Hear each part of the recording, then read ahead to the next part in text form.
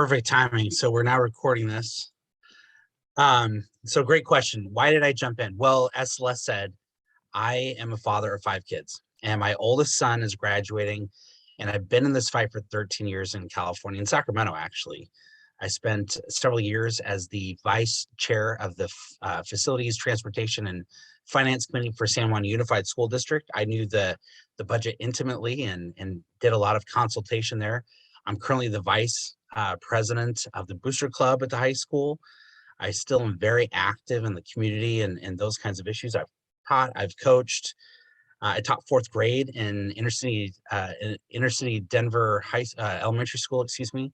And I've also worked in the legislature for a long time. My good friend Cheryl Black's here. Worked with her and others on school financing issues, policy. I helped draft a school choice initiative back in 2018, which became the school choice initiative that a lot of people signed and dealt with this last year. So I really, really, really am deeply involved in what's happening. And about a year or so ago, I left the legislature and moved over to the California Policy Center. It's a 501c3 nonpartisan think tank, and we deal a lot with education policy and government transparency. And this was right in the thick of the lockdowns. And I watched as my kids really struggled to figure out what to do. And all of them were in the public school system, and the frustrations were real. Now, I knew a lot of the problems and the challenges because of my advocacy and because of other things I had done in the legislature. But when you sit and watch over the shoulder of your kid in their Zoom classes, everything changes. And when you see how incompetent a lot of the administration of these classes were, and again, this is not a dig on teachers. There was a lot of really good teachers that tried their best. But there were a lot of teachers that didn't try their best. There were a lot of schools that didn't do what they could to facilitate these kids coming back into the system. And so because of that, we worked really hard to get schools back open. And we worked with a lot of groups. And I got to know groups throughout the entire country. And Celeste was one of the people that came on to really help us with these issues. And I'm proud of her advocacy. I've been hoping that somebody would step up to the plate this last year and take on Tony Thurmond, who's probably one of the most corrupt people out there. And it's unfortunate. I've known him since he was in the assembly. I was hoping that somebody else would step up to the plate, because this is the year of the parent. We saw it in Virginia, we saw it with the San Francisco Board of Education recall, but nobody did. And so I had a really intense heart-to-heart with my wife over several weeks about this. I'm a man of faith, so I took it to the Lord and talked to a lot of people. And I just said, hey, what should I do? Is this something that I should be doing? And several people basically said, this is what you've been building for. I had never once in my entire life thought about running for superintendent of public instruction. It wasn't on the list of things I thought, this is what I want to do before I die.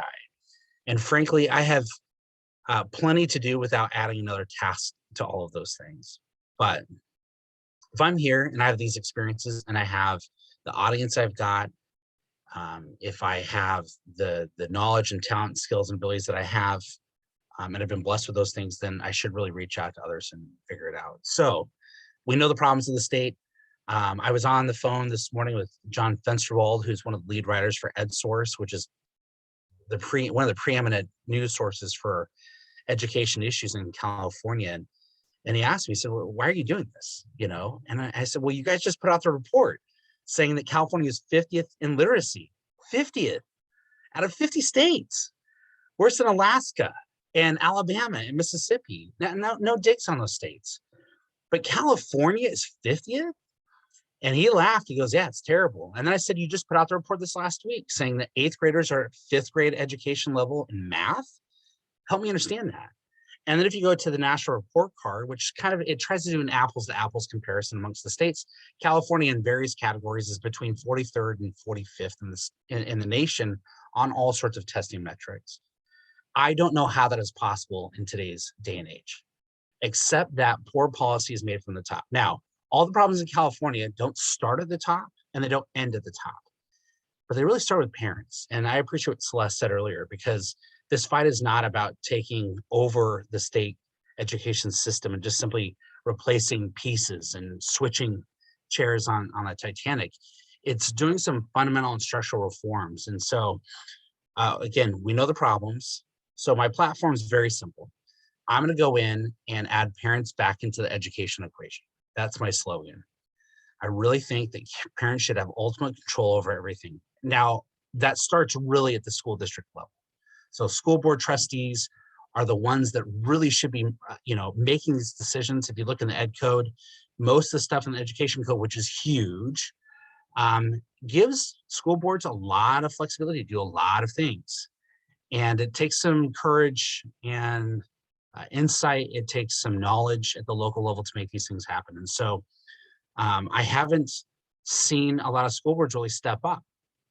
And I'm hoping that they will this year. We'll have probably between 3,000 and 4,000 school board races this year throughout the state. State has 944 school districts. If you have two or three in each one of those, then again, that gets you to 2,000 or 3,000. But a lot of school districts have added seats and have made them into districts as well. So what formerly was at large, like my former school district, San Juan Unified, had 5 seats at large. They now have 7 seats in districts.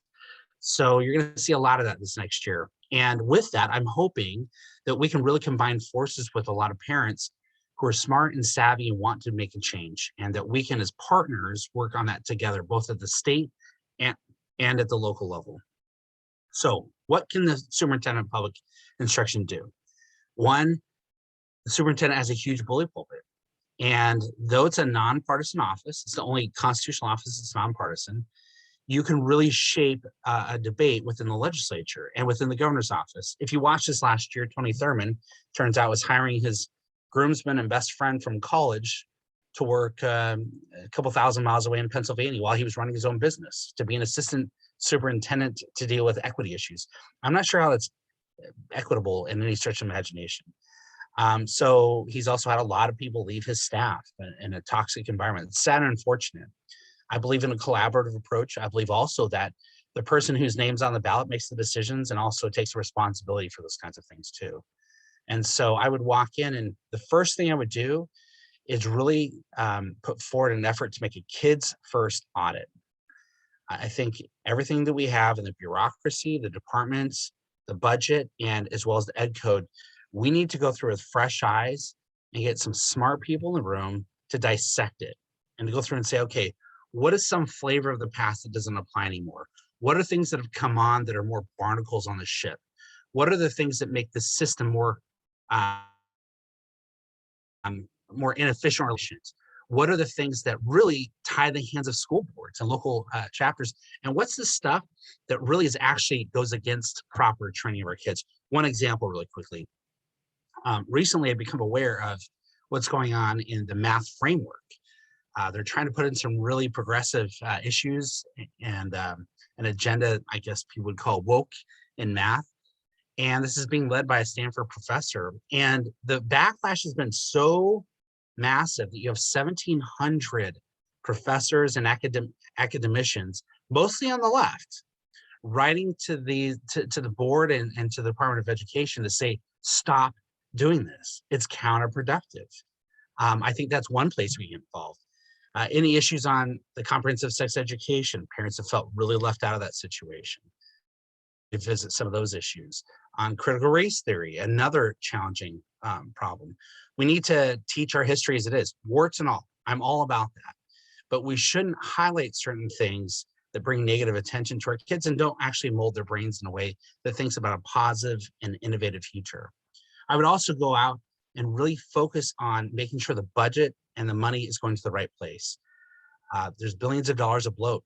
There just really is. And when it comes down to it, these kids deserve money to follow them in the places they are. And it shouldn't stay in Sacramento in a big, beautiful bureaucratic building.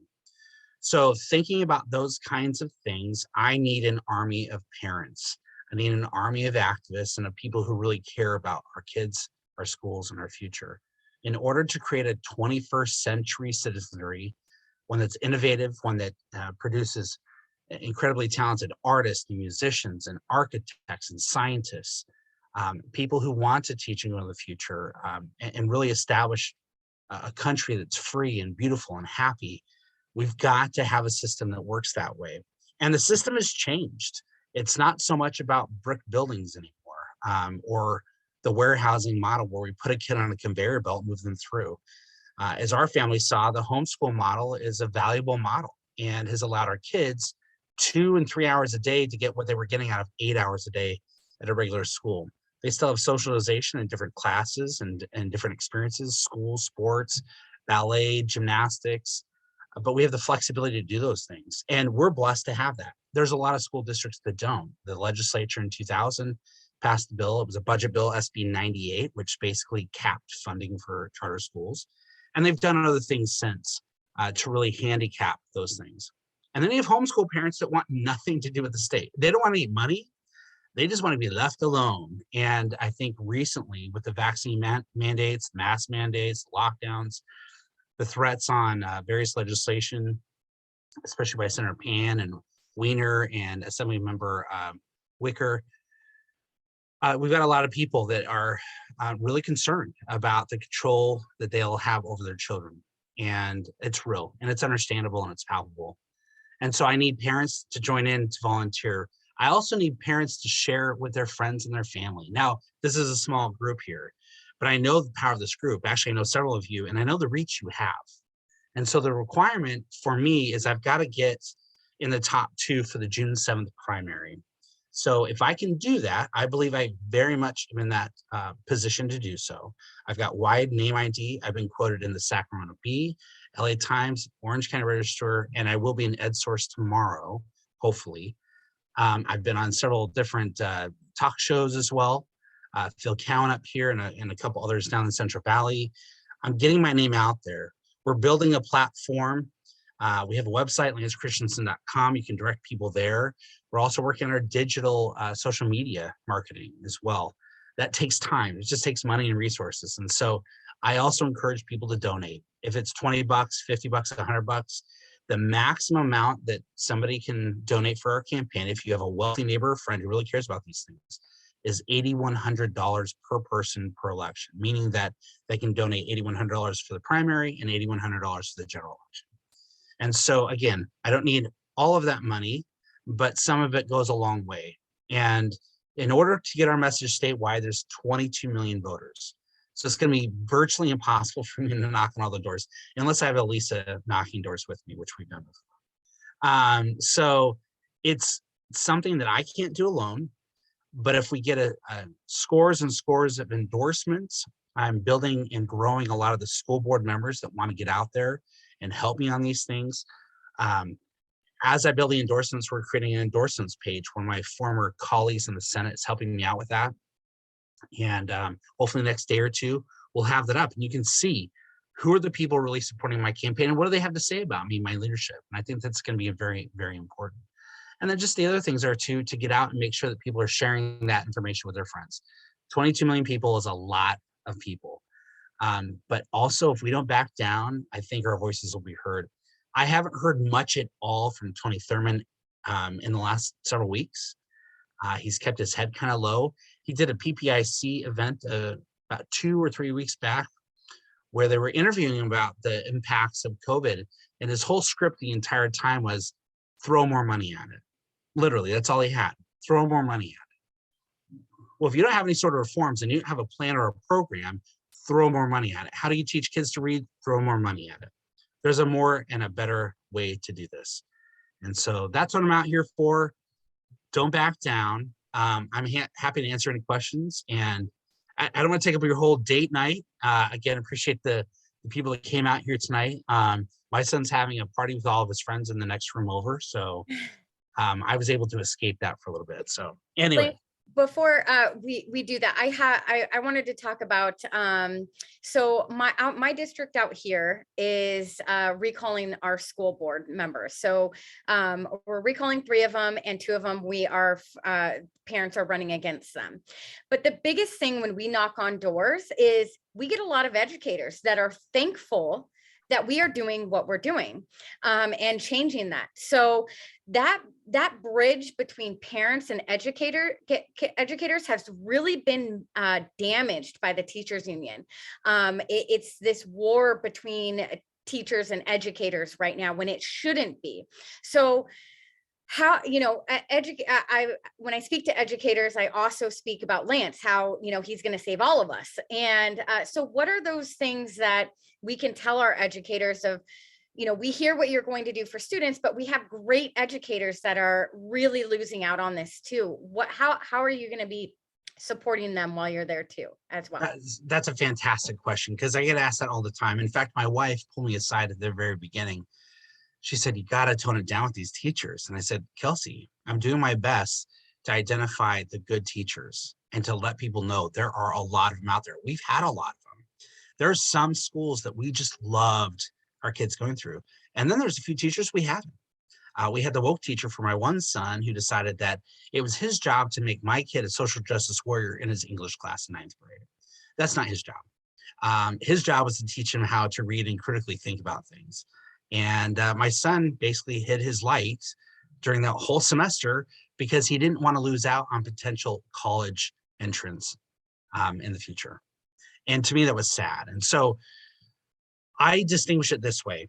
Most teachers are really good. They're passionate. They want the best for these kids. And as I was talking about it with Jacob today, we're going to create a teacher manifesto.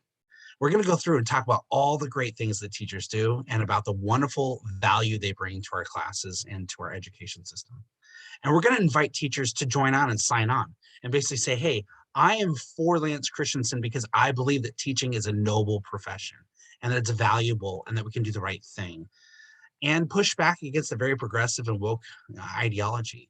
And so with that, I'm hoping that teachers will understand I'm on their side. As long as they want to teach the right thing and leave my kids alone in terms of their faith, in terms of their morals, I'm all about that. But who protects the really bad teachers? The teachers union. It's just that simple. If we didn't have a teachers union, we would still find a way to protect good teachers who are in bad situations. And it happens. Again, I taught in fourth grade. I know what it's like to have some really difficult situations with parents or other teachers or even an administrator. I get it. There are ways that we can mitigate those things without having a very powerful teachers union whose sole job is to protect teachers and not take care of kids. Now, I'm not out to punch them in the face, but I'm not willing to step back either. So if as we go forward, the teachers union wants to make my candidacy a big deal, which I anticipate they will. They spent probably close to $13 million last time around in 2018. The election was within 1.8% when Marshall Tuck barely lost, a Democrat barely lost to Tony Thurmond. And the thing that pushed him over the line was he was bought and paid for by the teachers union. So I want teachers to come in and to support me in my candidacy because I really believe that I can get them to a better place. Another issue that John Fensterwall brought up today, we actually talked about this issue. And he said that the pension system for teachers is terrible. It's terrible. It's high cost, low value. And unless you teach for 34 years straight, 34 years on average, you're not going to get the maximum benefit out of that. And if a lot of teachers are women and they have kids or leave the workforce for a period of time, it's all messed up. So I can be valuable in that discussion. I spent years doing a lot of pension reform issues. That won't be a main thrust, but it'll be something I could add to the mix. But I want to convince teachers that California is worth fighting for. And hopefully we can work on other things like making sure that the certifications are right? The teacher certification process is pretty terrible right now. Credentialing is weird. If you get a lot of good people who maybe retire or leave jobs early and decide they want to teach, why make them jump through so many hoops if they can be a capable teacher? We should think about getting rid of LIFO, last in, first out. You have a lot of really excitable teachers that want to do the right thing, want to just educate, but because they don't have tenure or they're not in the system long enough to get kicked out. And make sure that we can enable charter schools as well. A lot of the funding that goes to charter schools is it's not the full 100% that regular schools get for various reasons, which we can go into detail about. But if we can actually pay some of these charter teachers better, I'm sure we would have a lot more charter schools as well. Most of them are not unionized. They're still public schools. And we can do a lot of online things that give teachers flexibility as well. So I have a million ideas, Celeste, but teachers really should be my greatest advocates because who wants to belong to a union that protects the worst among them? Great. Wow. Yes. Thank you. I'm going to be opening up the chat box here, and there was a message that was sent to the hosts, and Andrea, you had asked if anyone could donate, even if they lived out of state. Yeah, so anybody can donate from any part of the country as long as they're an American, and they can donate it to $8,100. And businesses can also donate to corporations. So it doesn't just have to be an individual. So if you own a business and you want to donate through the business, you can do that. Let me add one more thing back to Celeste's question, because I just thought about this. I run into a lot of teachers of faith, and they say to me something like this: I belong to the teachers union because I don't want to deal with the hassle. I just want to teach, so I'll pay the $100 a month. I'll keep quiet, I'll move on. And Celeste and I have worked really hard this last year on trying to help teachers get out of the teachers union. The Supreme Court did the Janus decision back in 2018, meaning that if you're a public sector worker, you don't have to belong to a union to work. And so as I've talked to them, I've said basically this one thing: if your union is advocating against your morals, your ethics, and your values, why are you paying them? You're not getting anything out of it. In fact, they're working actively against you. I'm working with a situation where some schools of faith are affiliated with the American Federation for Teachers, AFT, which is one of your largest teachers unions in the country. And it's a private institution. For some reason, they had a union come along. But this union represents a lot of things that are against the values of that faith. Abortion being primarily against that faith. And again, whatever you feel about those issues, the school should have the ability to decide what they want to do. And so it's unfortunate to see some of these teachers get stuck with a union that advocates against their core values and beliefs. And so I'm hoping to encourage teachers in a way that they'll want to support my candidacy, and they'll see the value of having somebody who's for parents at the top, because good parents help good teachers. And I think there's a value in a camaraderie that can be there. Wonderful, thank you. Now that Tim Shaw just came, now the party can begin. So thank you. He arrived. We now would like to open it up to you to ask your questions of Lance. You can put them in the chat box. You can ask them directly. We do ask that you remute yourself, and if you're having a dialogue with Lance, that's fine to stay unmuted if you'd like, but we just want to make sure we can hear what he's saying so that no background noises distract. Awesome. Give me your hardest questions. Come on, Elisa. Seriously.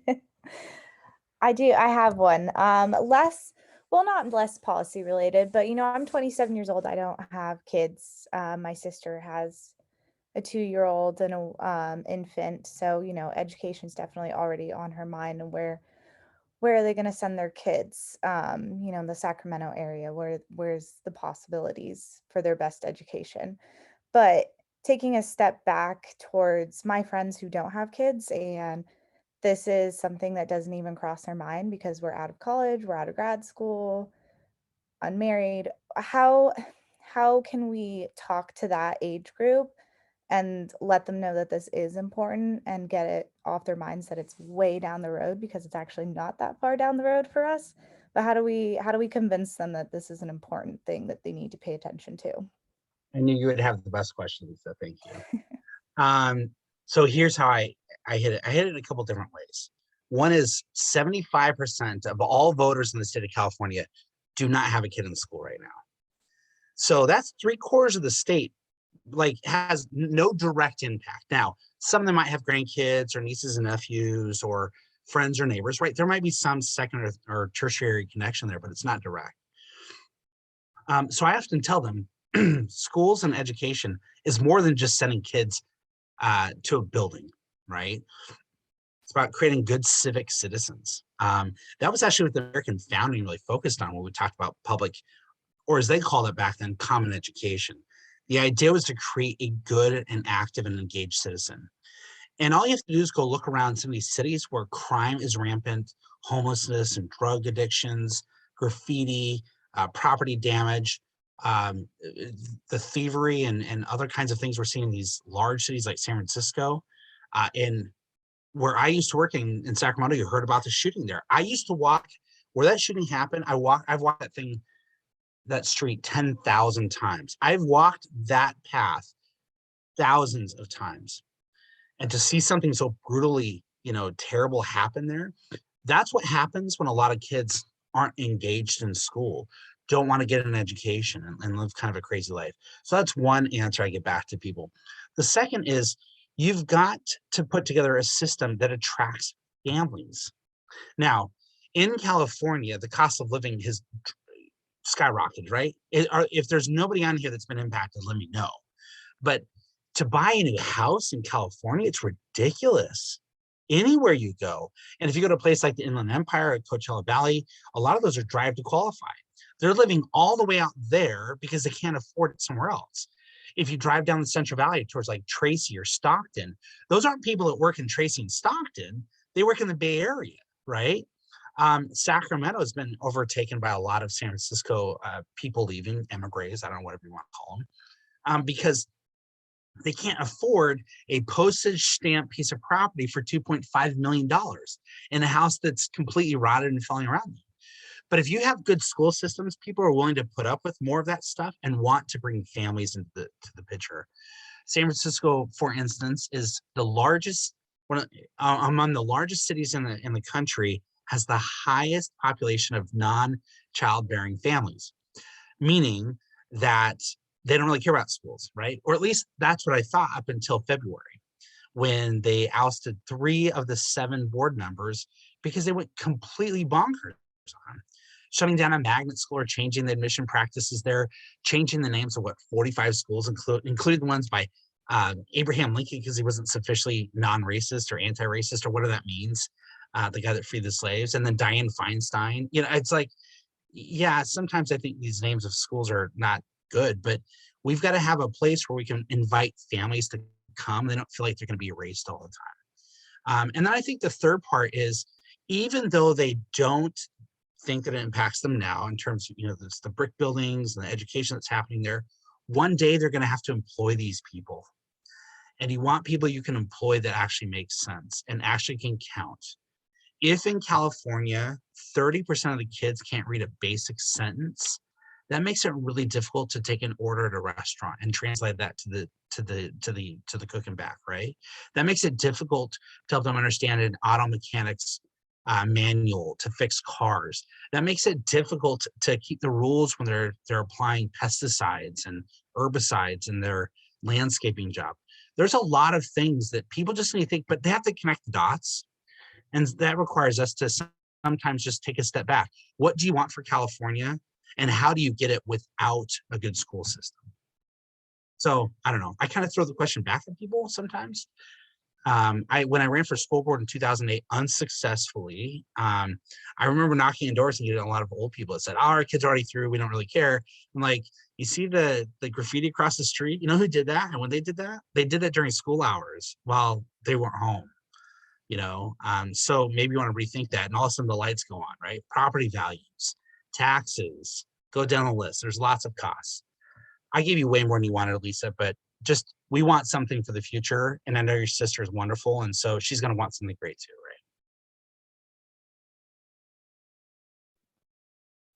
right? I have another. Oh, go ahead. I was gonna say, Okay. This is a chance. Ask the hard ones. Let's throw some have at another him, huh? So I'm, I started getting involved in education of my kids after 2020, and I saw what was happening, and I saw that teachers didn't want to go back when they were even pushed to the front of the line to get the vaccine if they wanted it. So many things. So after after speaking at many school board meetings asking for transparency, it was like pulling teeth. And then they would direct me to the state website.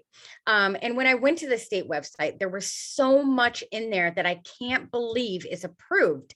So I'm sorry if I'm like dumb at this, but who approves that? The curriculum that is up at the state level, and how can we get parents involved in that decision making or that voice at the table, even up in Sacramento?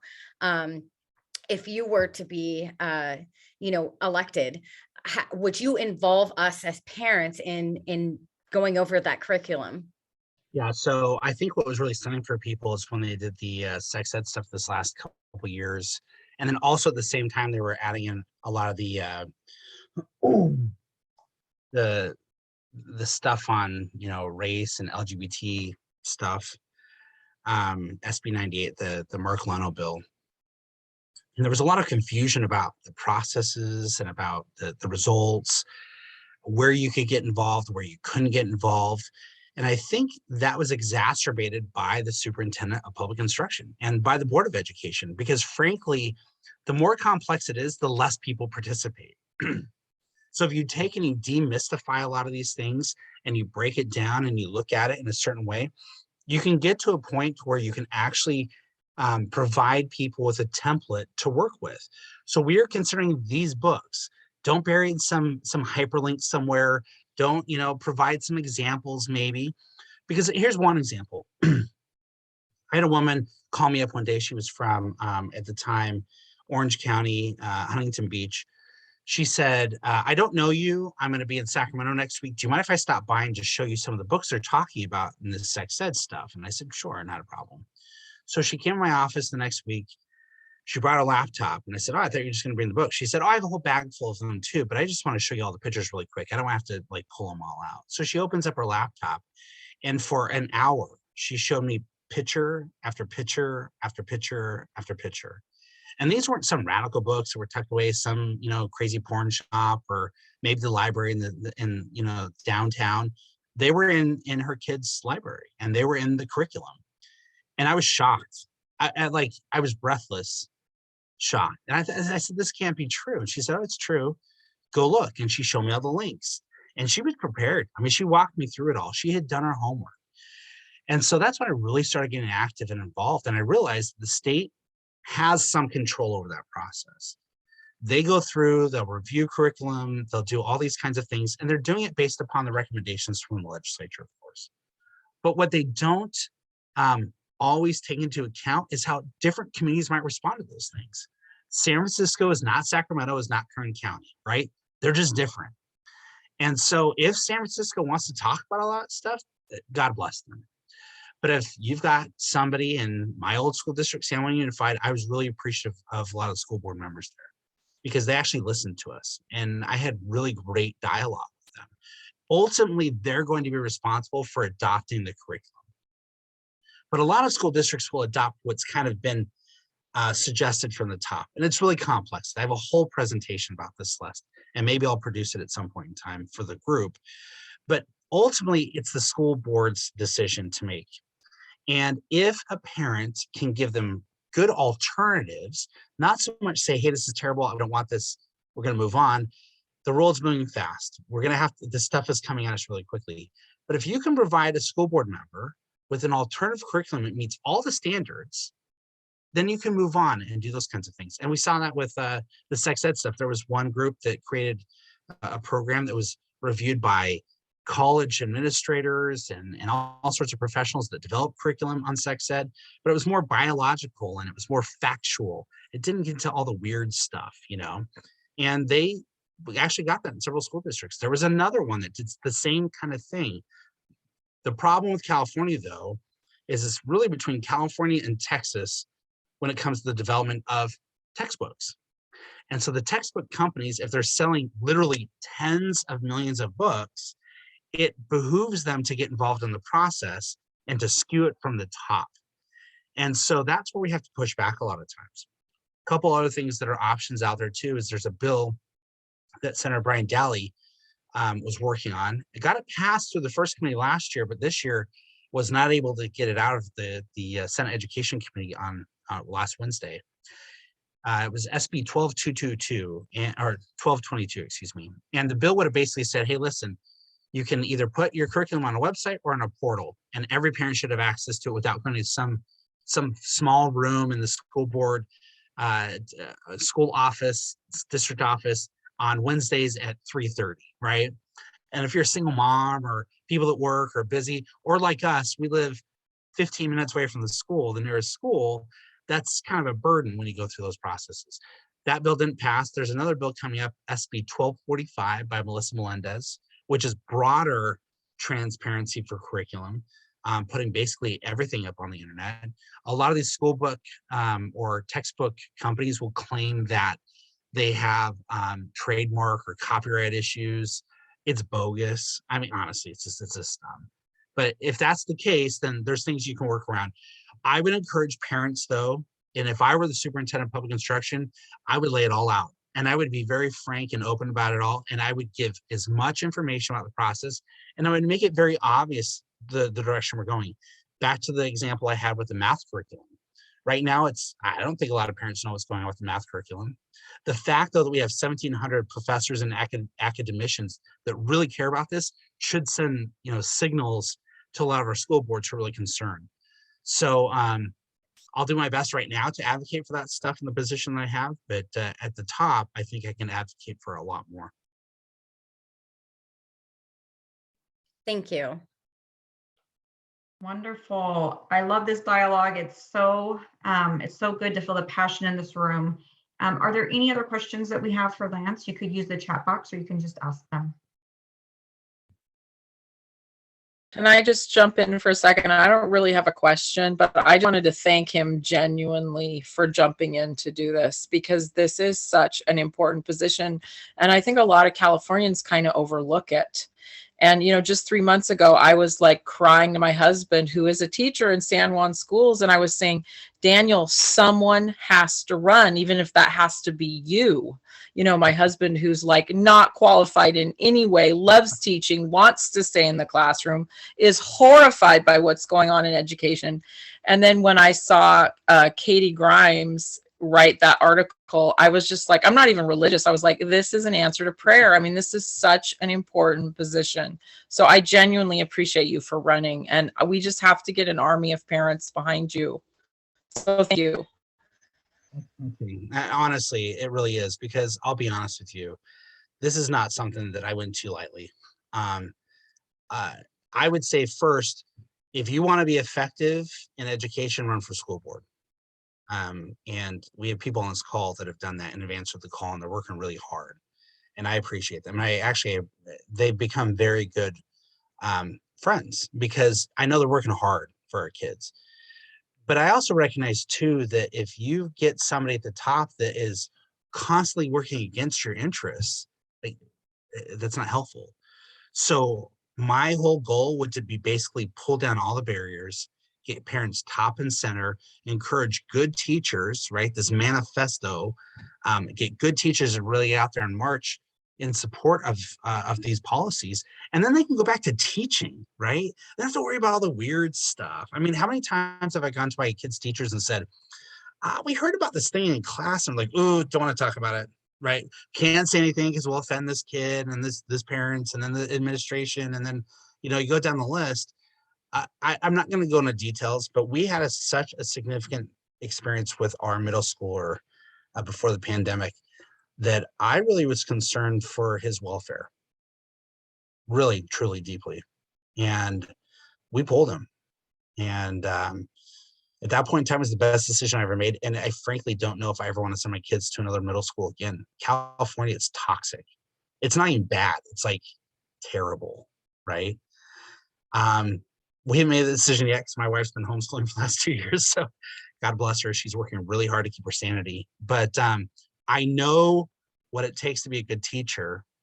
And I'm hoping that if I'm at the top, I can really advocate for those that work so hard to bring their passion, their livelihood to the classroom, and not do it in fear that the union's going to come and stomp all over them or push them to the side, or that they'll be fired because they don't have as much seniority or tenure. We've got to get good people to stand up and do this. And then also, there's a lot of parents who just want to be left alone, just want to be left alone. And I'm fine with that. So Lance, in the chat box, we have a question, and it's from Valerie, and she says, can you give an overview of what happened with all the COVID money? Sure. So we got, I think, between 270 and 300 million dollars in COVID dollars that came to the state of California. And if you think about the state budget, um, there's just a lot of money out there, and in the in the way that we account for dollars, we have different funds that come through. So your general fund, your special funds, and there's some different pass-throughs that come from the federal government. But we had such a deluge of money come in from the federal government that it overwhelmed a lot of these systems. It was supposed to be for things like, PPE and, air purifiers and, maybe plexiglass things. I don't know. We bought a lot of hand sanitizer in the state. But a lot of that money went to kind of pay for things that weren't really necessary, and then prolonged debts and costs that go down the road. And so we're now seeing what's happening, because a lot of those couldn't be used for, things that were long-term costs or, whatever. And so we kind of took that money, supplemented other funds, and then those other funds now are coming due. And we have a lot of money that won't come back. And that's going to be a problem for these school districts that kind of depended on that money and didn't have to go to the classroom very often, and actually didn't spend a lot of it. Because, frankly, if you're a program at school, again, I sit on the booster club, and so if your sports are shut down, then you're not paying coaches, and you're not renting the facilities, you're not turning on the lights at night or cleaning up the different places. So there's an impact, and the cost differential is real. So it's going to be interesting to see what happens when all of a sudden that money isn't here anymore. But it was a problem. We really came in and subsidized a whole bunch of really bad things. And school districts who were not prudent with their money are going to have to step back and think twice this next year. Remember, too, getting back to the pension discussion, school districts like LAUSD, which has close to 500,000 students in it, they're upside down $19 billion with a B. That's their unfunded liabilities. $19 billion. Their annual budget's, I think, $5-6 billion, somewhere around there. You couldn't, even if you dedicated all of the money for the next several years, put it and pay that down. Other school districts are in the same predicament, and some are actually very wise and prudent with their money. Didn't take a lot of money used for things they shouldn't have. But we're going to have an honest discussion this next year. One of the things that school districts could have done with the money but didn't do it is created education savings accounts. They could have gone through and put this money for individualized tutoring or extra help, textbooks, maybe even some childcare. There's a lot of things they could have done with it, but they didn't. They put it towards stuff that really didn't matter. And so it's unfortunate. We'll see what happens. Good question, Valerie.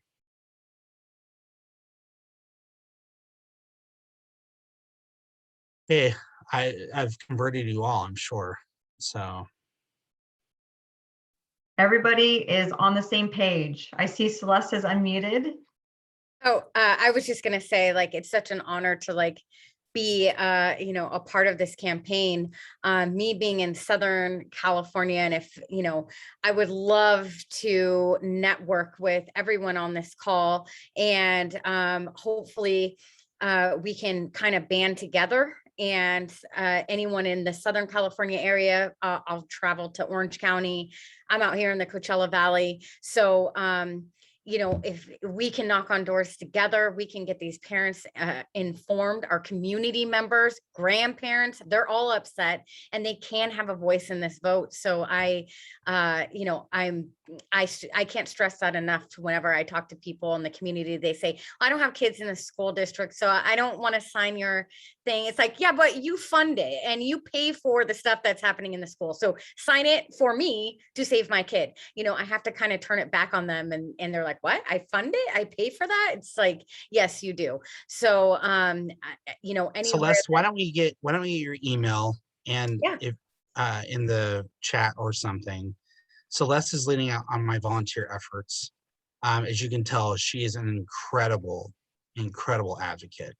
And I would follow her to the ends of the earth. I think she's just a fantastic person. So she's doing this on her own dime, and she's working really hard. And so again, I'm asking sincerely, if you know people that can donate and help out, every penny helps, because then we can really advance this message.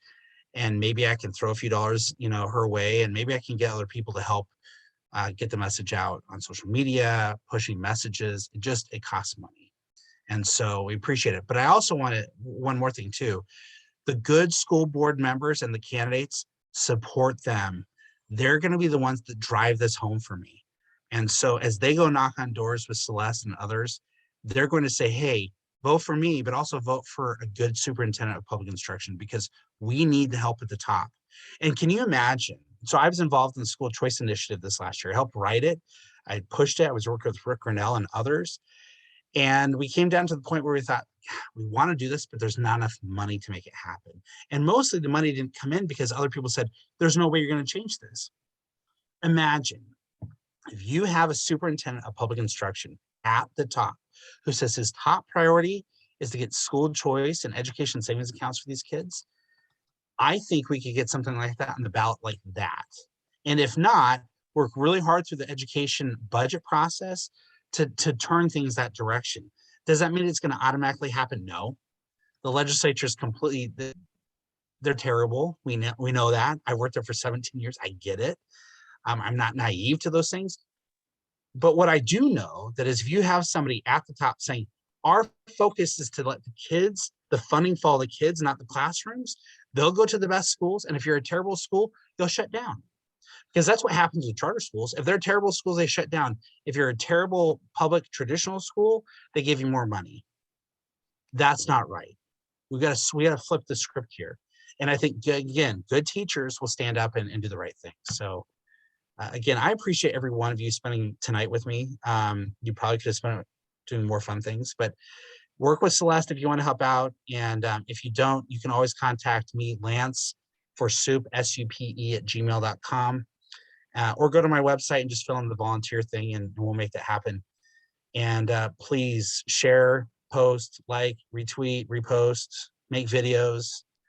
I think this is a movement. If we get past June, which I believe we will, then we'll have several months to get out there and pound the pavement and make this happen in November.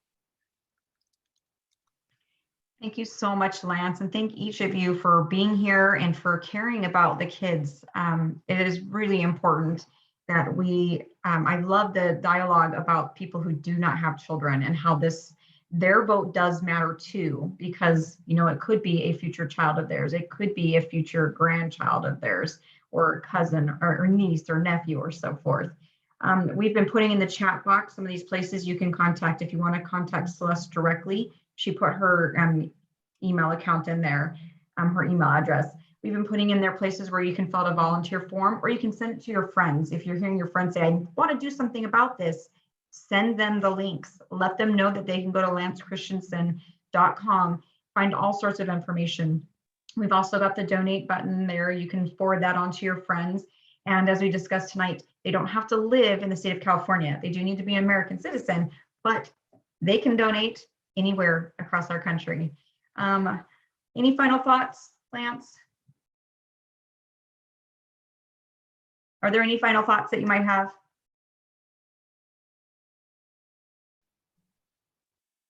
Is it me frozen? I guess, yeah. I'm No, just let's saying, win. are there any more final thoughts you have? I'm going to stop my video so I can. No, it's all right. I just said, let's win this thing. We'll do it. That's great. That's great. Hey. Well, thank you so much for being here, and please just keep sharing the information with your friends and family. Thank you for being here with us. Thank you. We'll see you guys. Have a nice night. Go get him, buddy. Thanks, Tim. Good to see you, man. Bye.